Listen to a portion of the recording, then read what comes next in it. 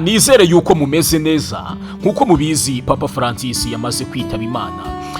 Ubu ngubu hamaze gutangazwa igihe agomba gushyingurirwa. Azashyingurwa kuwa gatandatu ejo bundi ku isaha ya saa yine nibwo Papa azaba arimo gushyingurwa, nibwo umuhango uzaba utangiye wo kumushyingura.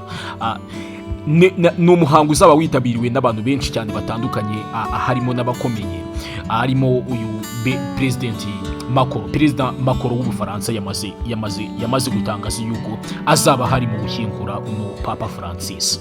Noneho Donald Trump nawe yamaze kubyandika, yamaze kubyemeza yuko nawe azitabira umuhango wo gushyingura Papa Francis ejo bundi kuwa gatandatu, nibwo ku isaha ya saa yine nibwo umuhango uzaba utangiye. Ni ukuvuga ngo ubu ngubu mu bintu biri kugenda bikorwa, abantu ibihumbi byinshi, abantu benshi cyane, amagana n'amagana barimo kuzamuka bajya i Vatikani nyine mu kwifatanya mu guhereza icyubahiro Papa Francis, ndetse nyine na kiliziya muri rusange. Abantu barira, abantu bibababaje cyane kubera ko Papa yamaze kuva muri ubu buzima.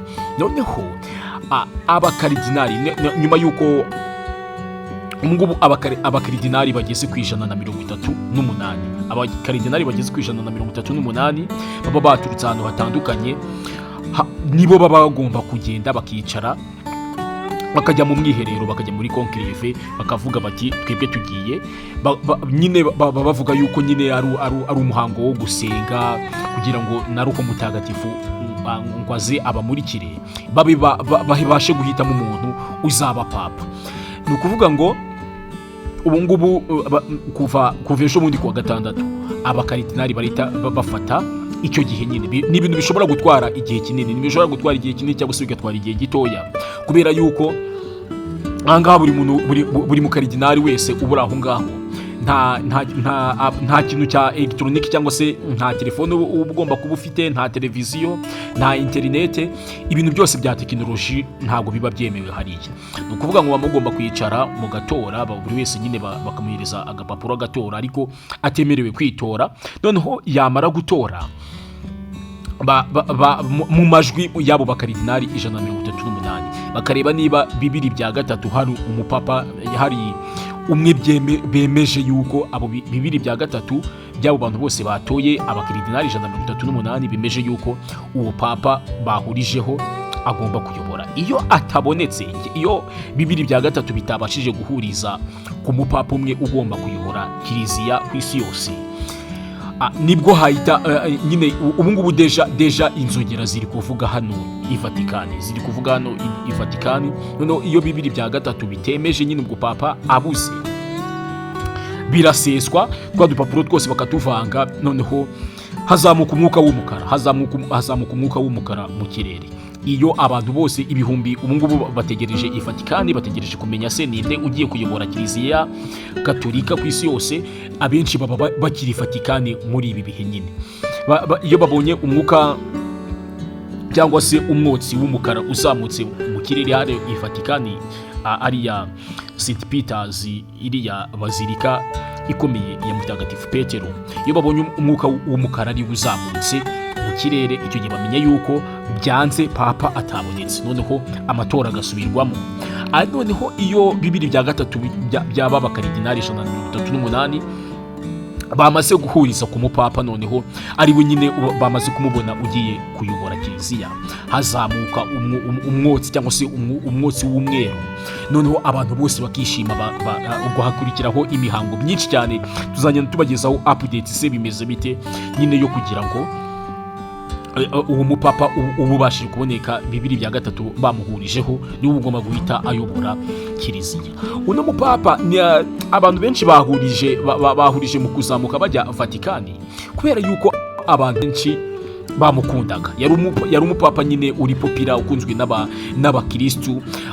Noneho muri Argentine ho barimo kurira cyane, abantu benshi barimo kurira kubera ko murabizi niho yavukiye.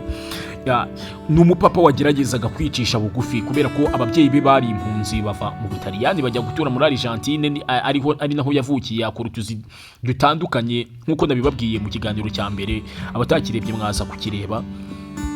arimo kuba yaragiye akora amasuku, ashobora kuba yajya kurinda mu kabari, nyine ari umubonsa arinda umutekano, areba uko ibintu bimeze.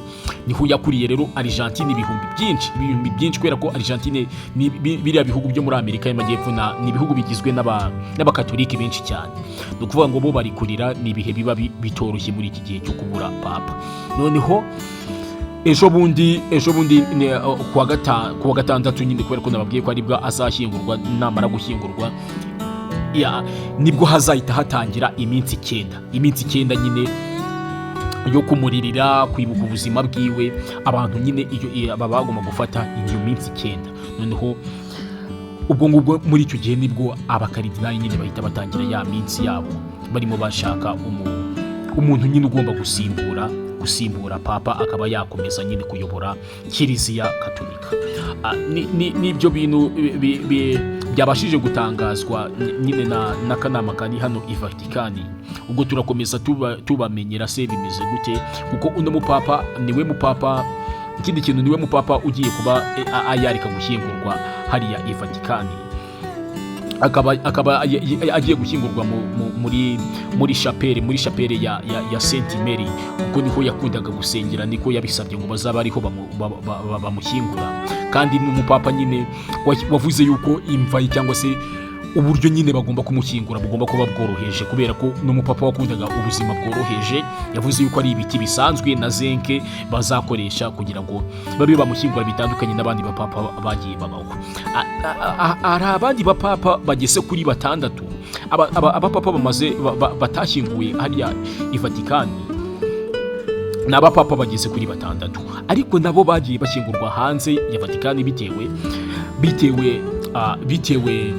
n'ibibazo, bitewe nyine atari bo babyihitiyemo. Nyine nko usanga hari kubaho intambara, ugasanga nibwo uwo mupapa avuye mu buzima bakaba bamushyingura hanze ya Vatikani.